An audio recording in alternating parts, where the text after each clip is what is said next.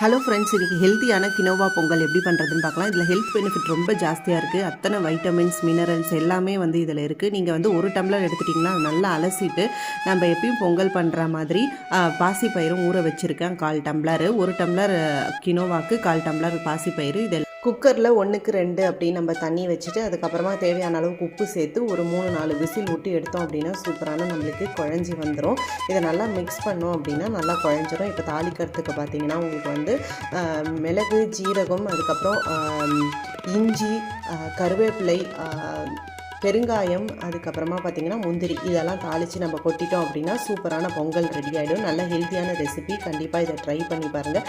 இதே மாதிரி நிறைய வந்து டயட் ரெசிபீஸும் நம்ம சேனலில் ஷேர் பண்ணியிருக்கேன். அதையுமே செக் பண்ணி பாருங்கள். இது கூட வந்து நம்ம இன்றைக்கி ஒயிட் சட்னி தான் வச்சுருக்கோம். ஸோ இதை சர்வ் பண்ணிடலாம்.